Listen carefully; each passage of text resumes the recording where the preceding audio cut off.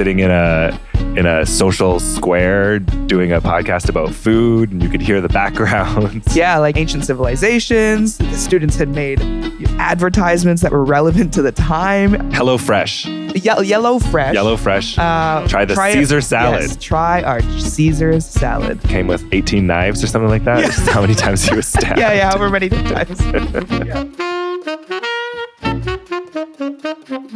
Hey, welcome to Imagine This, a podcast about what's possible in classrooms. My name's Dylan, and I work with Classmate, a team in Vancouver, BC that helps people in schools succeed with technology.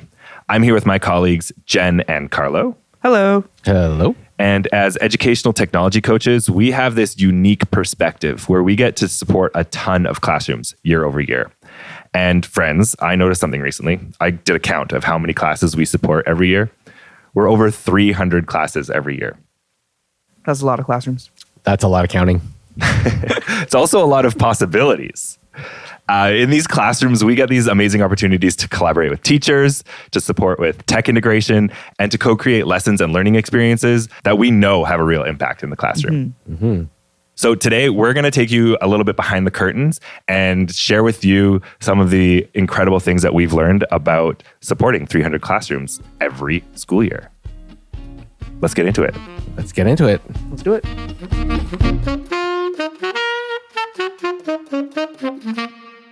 Okay, Carlo. Mm-hmm. We're educational technology coaches, but a lot of the times when we say that in public spaces to people who are not in education, they look at us with oh yeah, that's nice. Yeah. So what do you say to them when they say, what does that mean?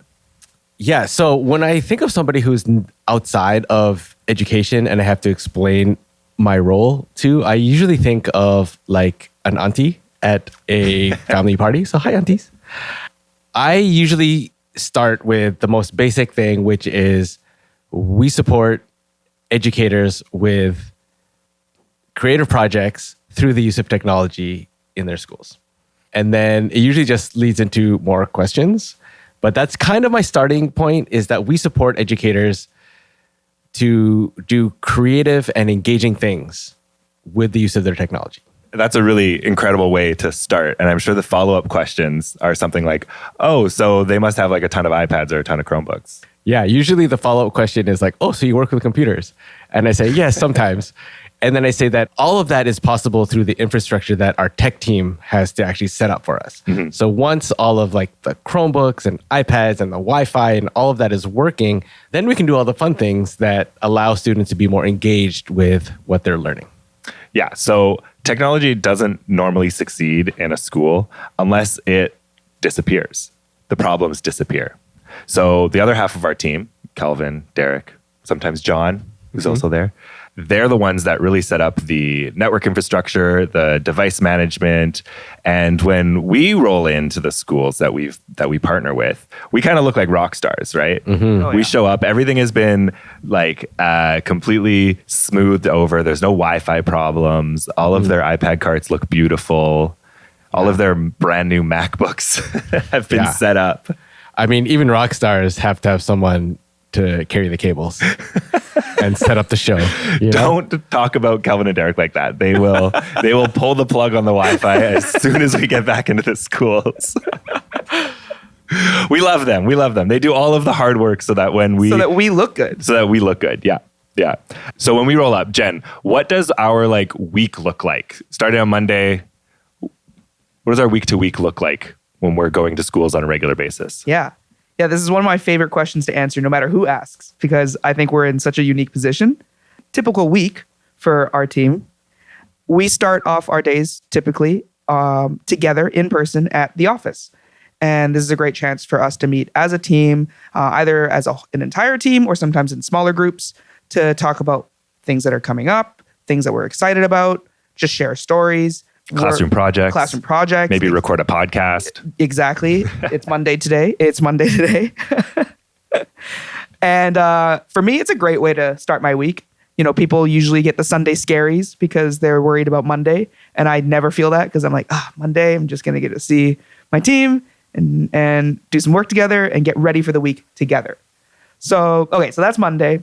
And then for the rest of the week, Tuesdays through Thursdays, typically the three of us are at a different school, either for all three of those days or sometimes two, just depends on the schedule in our schools. And we walk into those schools, and each school is a little different, obviously, but generally speaking, our calendars are already, booked up either by teachers that book some time with us to sit down and chat, ask some questions, or we've pre-booked time with them to check in on a project that we've been talking about for the last few weeks, or scheduled time to be in a classroom. And these are the days that look the most, different. Not a single day looks exactly the same. I mean, correct me if I'm wrong, Jen, but a couple of weeks ago, you actually ran Pro D for the entire staff on how to use Sphero robots. Yeah. Yeah. So your weeks are kind of different depending on, when we ask you what you're doing. Yeah. Yeah. That particular school was just because they got to purchase a class set of Spheros, which is super exciting because it just opens up so many more opportunities and doors for classroom projects and the way to integrate that into their curriculum. But before all of that, they need to know how to use them. Yeah. And so we're kind of still currently in the process of going through that with the entire school, like all the classroom teachers. Yeah. That was with the K to 1 teachers. This week it'll be the grade 2 to 3 teachers.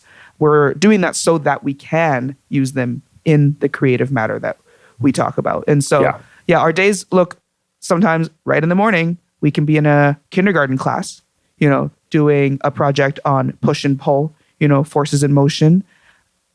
And then right after recess, we're in like a grade 7 class checking in on a podcast project that they've been working on. And sometimes it feels like whiplash, but in like the best way, because the content is different, the curriculum is different, but the kids are also just the students, depending on the age, so different. Yeah. And the way you interact with them. You could say that there's like a mix of teacher training, planning with teachers, and then actual lesson delivery in front of the students. Yeah. So there's a lot. I can't remember who exactly I was talking to, but we kind of landed on this idea that our responsibilities and the people that we teach age from age 6 to 66. Yeah. I would even like broaden that range a little bit. We've even had like 5-year-old. Well, I mean, in kindergarten, they're 5. Yeah, they're 5. They're 5 years old. And some teachers are older than 66. So we're like, we've spanned that whole range. I think we just liked the sound of 6 to 66. 6 to 66. It's like what you would find on the back of a board game, right? Yeah. Ages 6 to 66. It's kind of incredible the amount of variety that we can encounter in a day. But the cool thing is that, all of this is being centered on one thing, which is kind of creating these educational experiences within a school, within a classroom that focus on like engagement and using tech in meaningful ways, utilizing tools that, maybe teachers wouldn't normally put into their repertoire without the support of someone who thinks about this all the time. And sometimes all it takes is just a single sit down session with someone that you feel comfortable with, like a friend, showing you, hey, like check out this thing that you've been wanting to try out, but haven't necessarily had the time to, or just haven't necessarily been able to yet. And as soon as you see how simple it can be, that's the first step, right? Like that's the first step in getting it into your repertoire. That's the first step in thinking of, maybe I can experiment with this. Just a little bit of exposure. Yeah, exactly. And then to take it a step further, if you want someone to experiment with you, that's what we're here for as well. It's like providing support from the classroom to the staff room. Other way around? Staff room to the classroom? Both. Sometimes. Yeah. Staff room to the classroom. We're gonna keep working on those for the rest of the episode, okay? So there's a lot of surprising things about this role. We've been doing this now. I mean, I've been doing this for 7 years. Jen, you joined us 4 years ago. Carlo, a year before me, so 8 years. We've been doing this a while. Carlo, what's one of the things that kind of surprised you when you started working in this area of integrating tech and supporting teachers? I think when we first started, a lot of the job was really teacher training. Yeah. It was, here's how you use your device. Here's your device, first of all. And then here's how you use your device. Here's how you use the projector in your projector. room. Here's how you use the apps that you're using. Here's the software that you'll be learning how to use. And it was very teacher focused. Yeah. Very much in front of the educator to be able to use the devices that they have been allocated. we did a little bit of classroom stuff at the beginning, but it wasn't really our focus. And I think a big part of what we've learned over the years that I think I didn't expect from the beginning is how much we've had to dive into the curriculum here in BC, how much we've had to understand about competencies and rubrics and assessment, and how much that has really become the job. Yeah. Is understanding all of that so that we can provide the support that we need for educators and build interesting projects in the classroom. And all of those things, the curriculum, competencies, assessments, it's not, the way I see it is that it's not really just a part of the job that's become really central to how we do our work and the success of our work. Yeah, like we still obviously support teachers with some of that, the like core use of the technology in their classrooms. But that's all in service of trying to get them to create these more, these engaging learning experiences in their classrooms that are directly linked to the curriculum, the skills that the kids are developing, and finding ways to support students in ways that meet them where they're at. Like I think a good example would be using Seesaw to record audio. In earlier grades where written output is a little bit slower and you're trying to capture reflections that you might not have the time to sit down and have them all read. But, if you have a couple of minutes, you can record a quick video or a quick audio recording with them. So learning those core skills now as a teacher that we focused on a long time ago, we're still bringing those through, but we have this like connection now to making sure that those skills are in service of the students that are in their room. And to your Seesaw example, I think it's the difference between understanding the difference between knowing how to press the record button versus communicating your thoughts with audio in Seesaw, right? And so those are very different things, but you have to know the foundations to be able to communicate something that is accessible, I guess. Yeah. Yeah. One of the things I think that surprised me was, and coming from a collaborative team that like ours, where we do a lot of talking, is that there's a lot of teachers that kind of have to struggle with some isolation in the classroom and not having a lot of places to go to come up with new ideas or to spend time, like you said, Jen, being exposed to different ways of teaching or different ways of creating experiences in their classroom, aside from, the traditional like Pro D days or networking days or things that are on these large scales. Yeah. There's not a lot of time built into the day. Yeah, not day to day. To collaborate with their colleagues. And especially in schools that might be like a single stream school where there is only one grade 4 teacher, there is only one grade 5 teacher. They don't have a lot of other grade 5 teachers to talk to. And yes, the curriculum is close in 6 and 4, but it would be really nice to talk to somebody who has familiarity with the grade 5 curriculum, right? So the isolation was kind of a shock to me. I don't know for you, Jen, if you kind of noticed the same thing. Yeah, I mean, I think I had the luxury of coming into the team last. Yeah. So things had been established or experienced or figured out within the two of you, where you were able to share some of that with me. And, our wisdom. Yeah, exactly. Exactly. Our mistakes. What did I call you guys? I called you my training wheels. Yeah, because. But honestly, the isolation part of teaching didn't surprise me coming into this job, but it was surprising to me years ago when I very, very seriously contemplated going into teaching because I enjoyed it. I really enjoyed teaching. In my one of my first jobs was to teach in like summer camps, but in like a science-based summer camp. So it was a lot that we were following curriculum and following content, and I seriously considered it. And a lot of my friends from that work environment ended up becoming teachers. And that was one of the things that was brought up all the time, which was to some extent isolation. It was coming from this team environment where you're working all together to teach these programs together to then being in a classroom by yourself, coming up with curriculum and content on your own, and then teaching it to, you're never alone with like your students, but you're not like in a room with colleagues all the time. And I like being in a team environment too much. Like, it's also kind of like the double-edged sword of the BC curriculum, where you have so much flexibility to kind of teach the way that you want to teach. But in order to discover that method, that way that you want to teach, it would be really nice to talk to people. Yeah, you have to talk to people while you're doing it, right? Yeah. So we have, it is kind of interesting that we have this perspective where we can move from classroom to classroom and share ideas across grades. And obviously the schools that we support are K to 7. And so we have a very specific window of teachers that we support and ideas that are directly transferable from school to school. That's why we started the Classroom Chronicles, was so that we could share projects out into the world instead of just keeping them for ourselves on the Monday where we discuss them and share them amongst the classes that we support. So we wanted to get that out there. And this podcast is another way that we wanted to get these stories out there. Yeah. And I think the Chronicles was one of the most obvious ways that we started seeing connections being made from class to class. Yeah. Yeah, because teachers would just read something we wrote the week prior about a project in a grade 4 class. And as the singular grade 4 teacher in that school, immediately they go, can I do that? Can I try that? When's Jen going to be here? Like when can we do this? Yeah. Yeah, I've talked with teachers before about, even within their own school, within their own staff, about kind of this desire to have a show and tell of what's happening within each other's classrooms. And I think in a way, our Chronicles kind of contributes to that, because we're able to say, hey, check out what happened in this other grade 3 class from another school. Is this something you want to try in your own classroom? Yeah. Or here's a success story that we've had from kindergarten. Do you want to try this in your class? Yeah.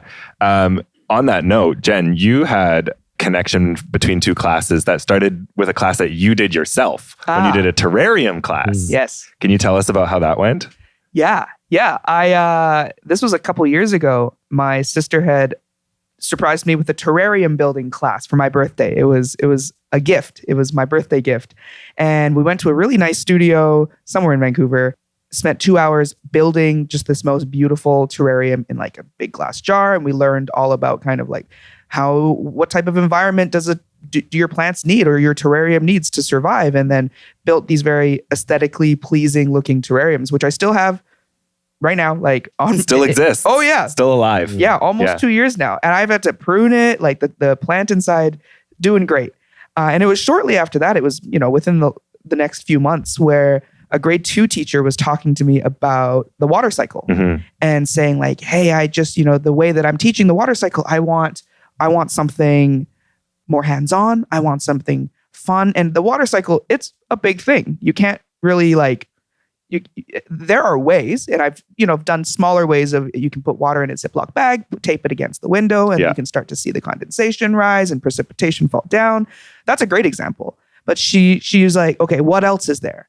And during this class that my sister took me to, we were talking about how in this terrarium, you get to see every stage of the water cycle, essentially, because we were watering it at the time and to introduce water to it in the first place. But like in the last over a year and a half, I've watered it like once because that's just how it works. Recycling its own. Exactly. Yeah, exactly.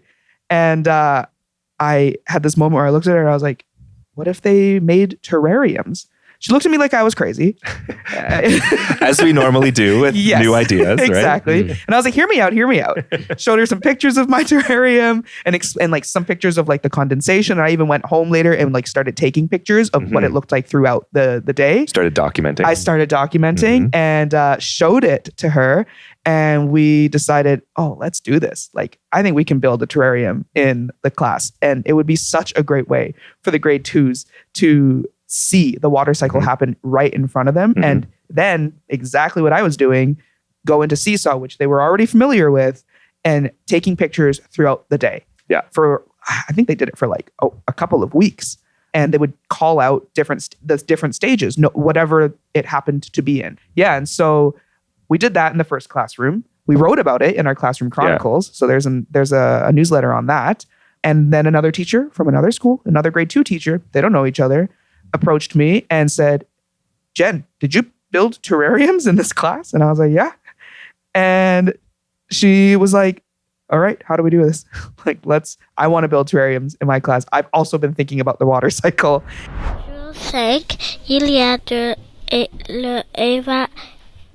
l'évaporation et je vois ma plante pousse un jour plus.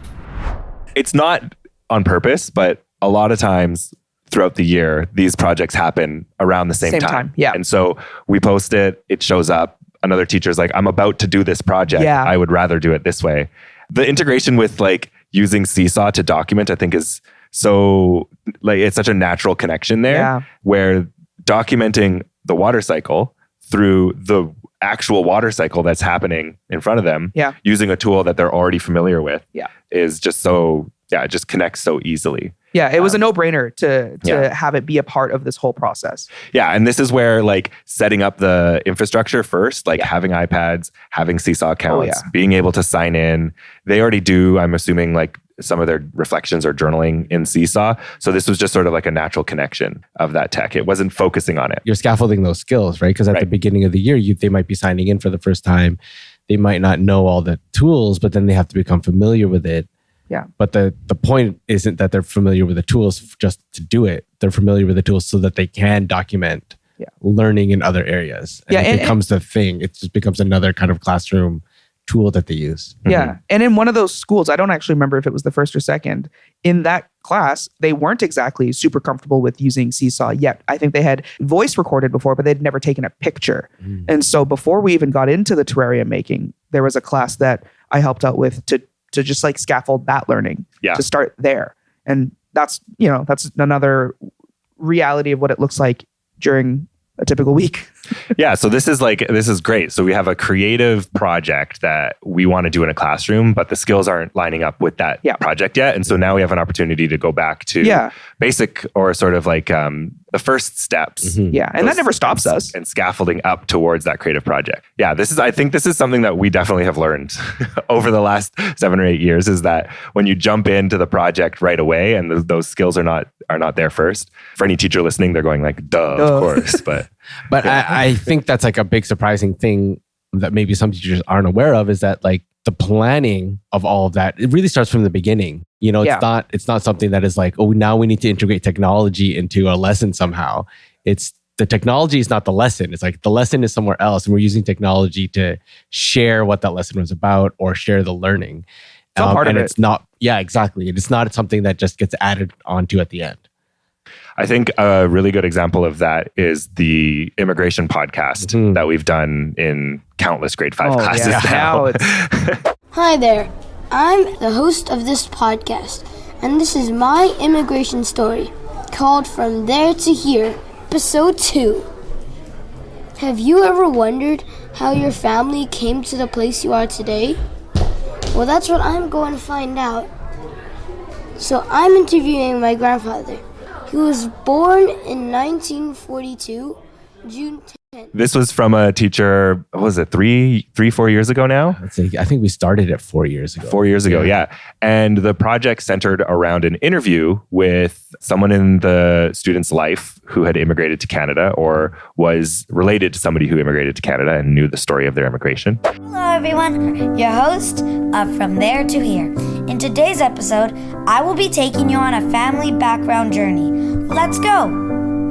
Have you ever wondered why your family... The idea of the podcast was that they would retell the story through the podcast. So not just recording the interview and saying, I've recorded a podcast, but record the interview, write a script, write the questions for the interview, and then produce a podcast at the end.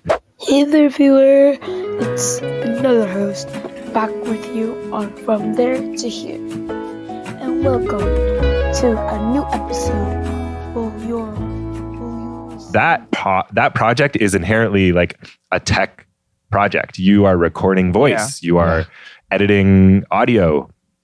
We've even added on the element of like cover podcast artwork and creating like a video in Canva that plays back the episode. There's a lot of like tech skills that go into creating this, but I wouldn't say that the podcast project is assessed as a tech project. Right. No. It is a social studies project about learning about immigration, learning about push and pull factors. It is a writing project that focuses on synthesizing ideas from the interview that they had done first and then turning that into a story and making sure that your script is impactful and choosing sound effects. It's and language arts. It's all, It's those things that really hold the project up. And the technology is just there to support this sort of like media that allows them to experience all these things. Have you ever wondered how you came to Canada? I have. This is From There to Here podcast, episode 6. The original version of this project, Carlo, maybe you can tell us about the original version of what the immigration project was before it was a podcast. Before a podcast. I mean, I think the way that many of these immigration units start is a presentation. Yeah. And I can tell you from just different ones that I've witnessed, it often starts with an interview because, and I want to come back to the interview portion in a second here, but a lot of it comes down to interviewing someone that they know who's immigrated to Canada and retelling their story somehow. But often it's like, here's a photo of them on a slide. Here's their story, which sometimes they write an entire page and they just paste it onto a slide. And I've witnessed a student have his back turned to the class and he literally just read the whole story. And it took a really long time. So there was like no editing involved. There was no, I think like when you imagine all of the skills that come from a single project, it's not just hitting record and publishing. It's you're synthesizing, you're analyzing the story, you're rewriting the story, you're drawing the lessons out of that, and then you're presenting that. So there's a lot of steps there that show a progression of learning. Yeah. What I think is really, really valuable out of this particular podcasting project versus other podcasting or audiobook projects that I've done that are similar in technical scope. But I think what's really special about this one is that there's a sense that it's very real, that they have to interview somebody outside of their classroom and they are left with a product that they share with that person that they interviewed. So they have a real audience to listen to this. Yeah. I've done audiobook projects that kind of go through the same process, but there's no audience other than the teacher who listens to it. And it doesn't hit as hard and it doesn't have like I don't know if the learning is as impactful because the students don't have anywhere outside of their classroom that they're presenting this to. And when there's something outside and real and there's actual like people involved, I think the learning gets internalized so much more strongly. Is that a problem? I think the learning gets internalized in a strong way. Yes. Yeah. Yeah. I mean, I think what you're touching on is our integration of like project-based learning and having an audience, making projects visible outside the classroom. And this project is like something that does that and Giving the students a role. giving the students a role. And a project like this does that without it being focused on, well, how are you going to record this? How are you going to like make a video? And like, those are all just sort of like secondary skills to the real product, which is you are creating a story that you can share with your family or you can share with the people that you recorded. Yeah. Those things still need to be understood and taught and done well. But yeah, it can be applied in so many different ways. This podcast project, I think since that, and since you started doing that in that class has had so many iterations, not just in terms of the same project, but in different grades, different topics. We've done it in, I think, a lot of our intermediate grades. Yeah, we did an Ancient Civilizations like travel podcast where they were sitting in a social square doing a podcast about food, and you could hear the backgrounds. Yeah, like ancient civilizations. The students had made advertisements that were relevant to the time. Oh yeah, what was it? It was HelloFresh. Yes. Hello, Yellow Fresh. HelloFresh. Try the Caesar salad. Yes, try our Caesar's salad. Came with like so good 18 knives or something like that. Yeah. Just how many times he was stabbed. Yeah, however many times. Yeah. We should just play some of those ads on this podcast. That's true.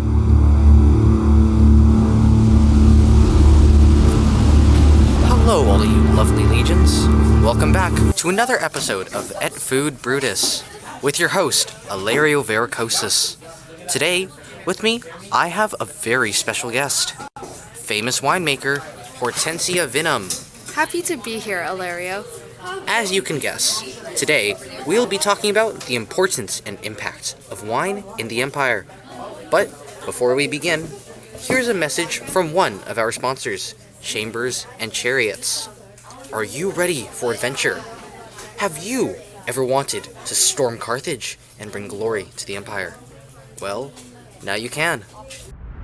And then in grade 6, the human body system. So they were podcasting as doctors and specialists being interviewed about their field and the conditions that they were that affected the different body systems they're learning about. Yeah, so many iterations have come out of that based on that one project and other teachers seeing what was happening and being like, I want to do that. Speaking of teachers seeing what other people are doing, Carlo, you are doing a fur trade project right now, and you're doing it in 2 classes, like week after week in 2 separate schools. Yeah, so 2 separate schools, and their timelines sort of lined up.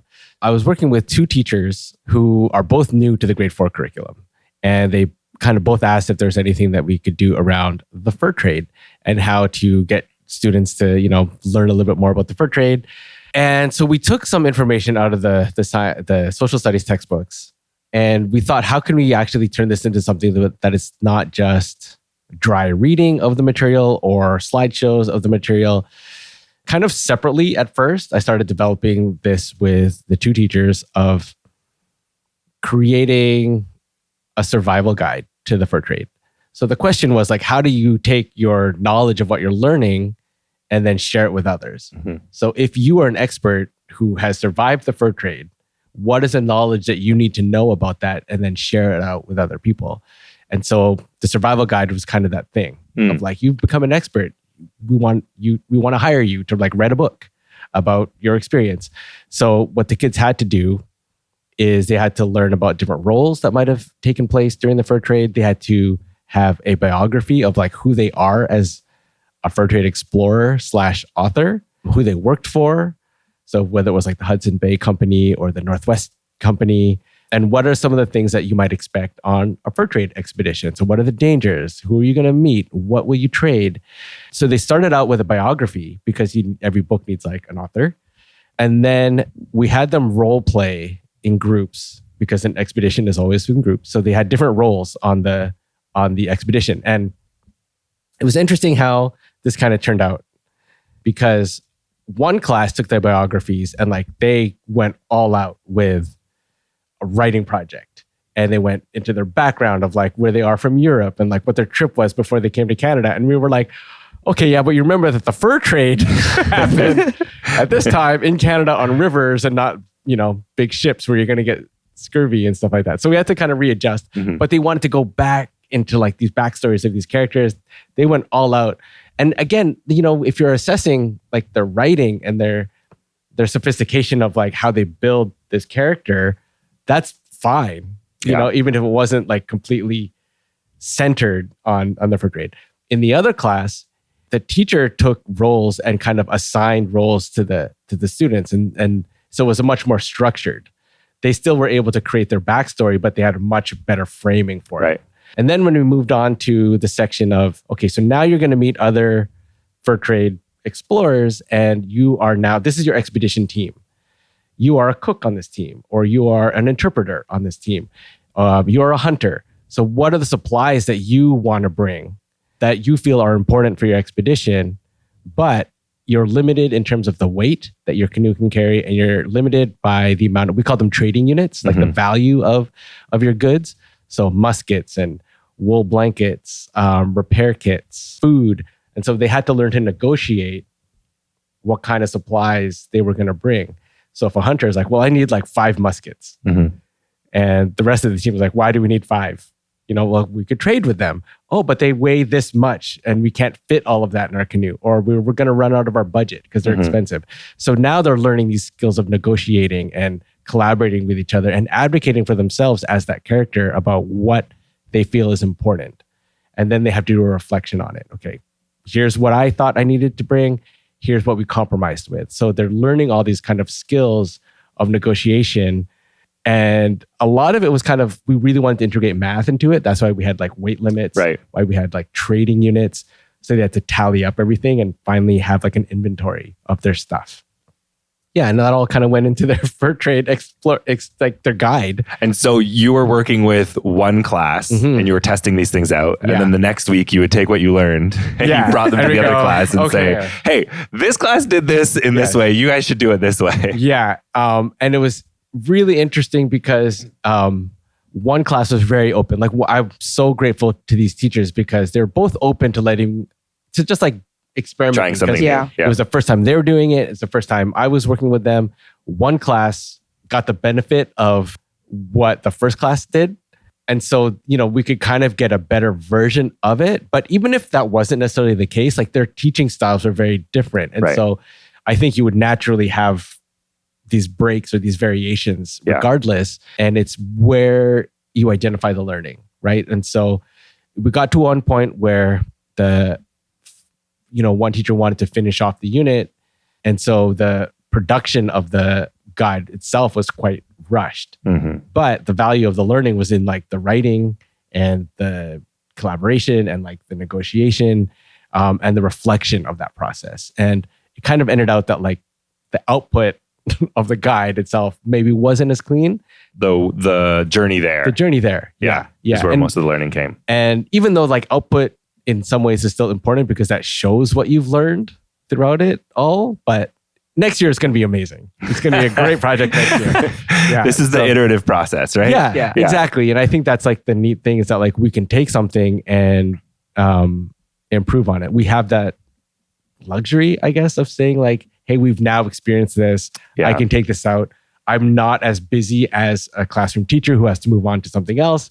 We can reiterate on this and work with that teacher again next year to make this better. Yeah, no, but seriously, because like for a classroom teacher teaching a specific grade, the next time you get to try this again is next year, which is fair, fine.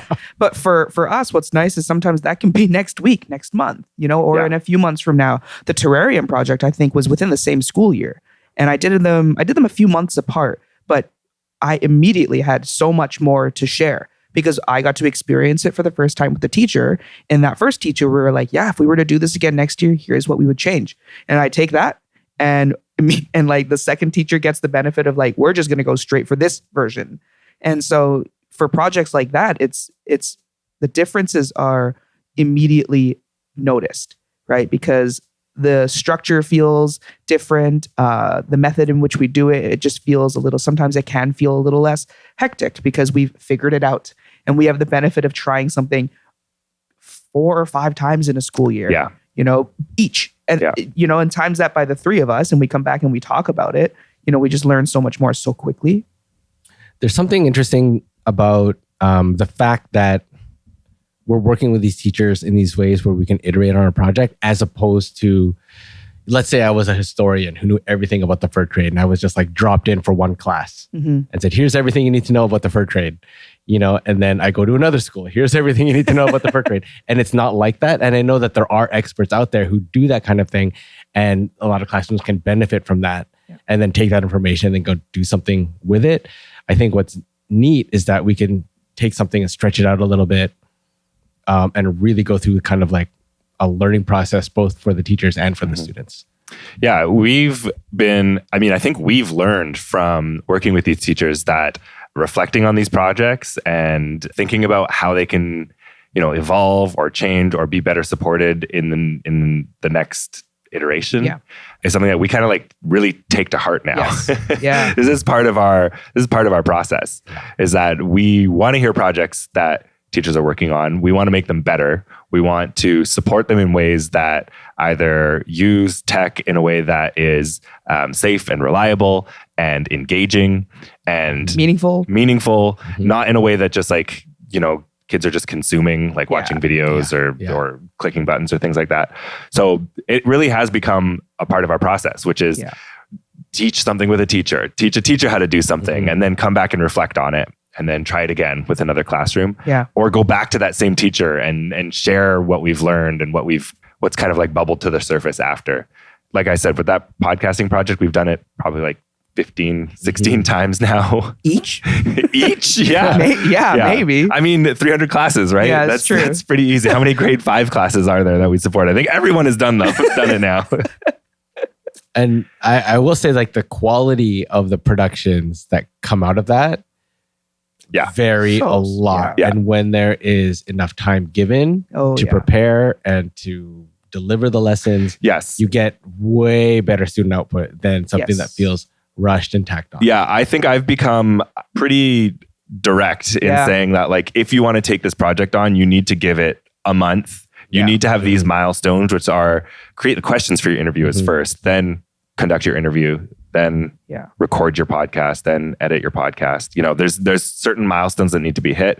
And like, I think it's it's okay for us to say, hey, you're not ready to do this if you're not going to give it this much time in your curriculum. Let's try it again next year. I think we say that all the time. Yeah. And I'd say that at this point in how we're supporting our schools is these projects can span multiple weeks, sometimes months.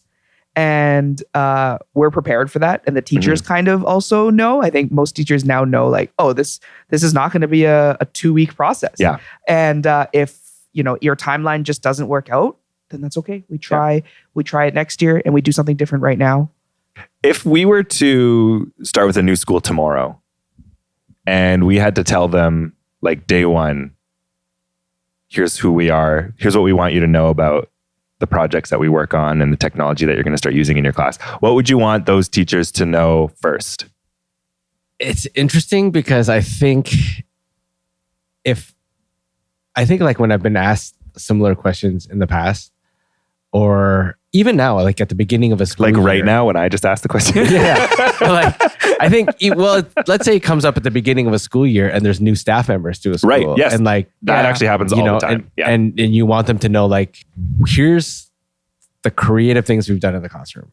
I feel like so many of them get introduced to our entire team as tech support, us included, and I think that gives a very specific view of what a person like that looks like, and so for new staff members, they always kind of like, oh, my computer's not working, can you fix it? And I think the biggest thing that I want them to know is that, like, we can go beyond just fixing your computer. Like, we're actually here to help you engage in learning with your students. Yeah, I would say, and sometimes it can be really confusing for teachers, right? Especially if it's a new teacher entering a school that already is very familiar with us, not understanding, wait, who does what again on your team? Because, Classmate does all these different things, and we are usually managing technology, supporting devices, help desk, in your classroom, helping you teach with your iPads and your Chromebooks, lesson planning with you side by side, and we, like the three of us, are often the ones that hand them their new computer, show them, how to sign in, and like the way that the school uses their Google Workspace or whatnot. So I don't even blame them when, something is not working. The first people they think of is like specifically us on the team. But yeah, like in terms of if we started with a new school tomorrow or we were onboarding a new teacher, I think step one is to show them everything that we have, whether that be Classroom Chronicles, our newsletter, this podcast, and different things that we've done to help them understand, oh, okay, it goes beyond this level of support. It's supportive. It's support in terms of planning. It's support in dreaming. Honestly, sometimes we dream with teachers of like, wouldn't it be cool if we did this?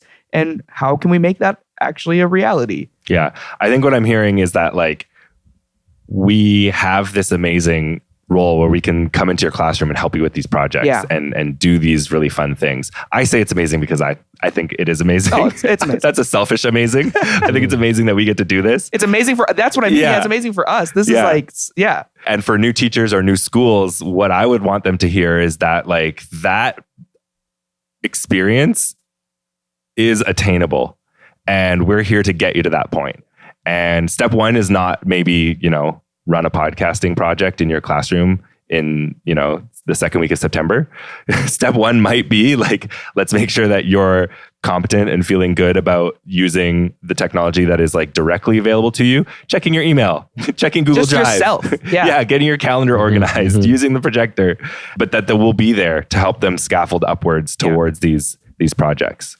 Yeah, that's where I think our team really does a great job of supporting teachers from the very beginning all the way into these creative projects that they're able to run. Yeah, and we've seen the changes in teachers too. Absolutely. Right? Like some teachers that we've worked with for years, if we think back to where what their relationship with their technology looked like a few years back, sometimes you forget that so much has changed and so much more, like how much more comfortable they are. And because they tell us that, or we can just see.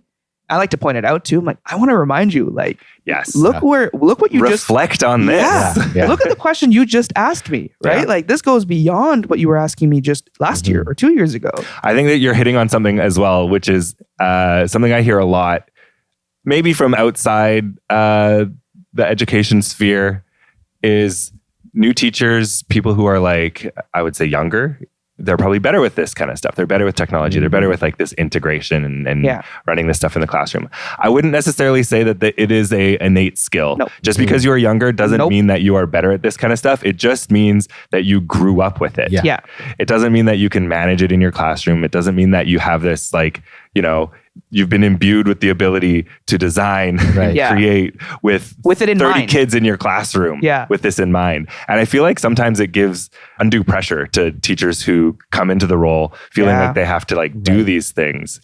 And I think like the more true thing is if you are curious and you're willing to ask questions about the good use of tech in your classroom, that's usually the thing that makes you better at this. Yeah. And that has nothing to do with your age. Oh, yeah. There are teachers who are, 5 years from retirement who are like, they're our best students because they're super curious about how to change this stuff in their classroom. They have no problems experimenting. And they have no problems experimenting. Because they're confident in their pedagogy and their style of teaching, and they're being asked to integrate something new, and that is not scary to them. And so I feel like sometimes, teachers that have that growth mindset are definitely the ones that sort of succeed in this area a little bit more. The age 6 to 66 just rings true. 6 to 66. It has nothing to do with if you just graduated from university or your PDP program or whatever it was. It definitely has more to do with your willingness to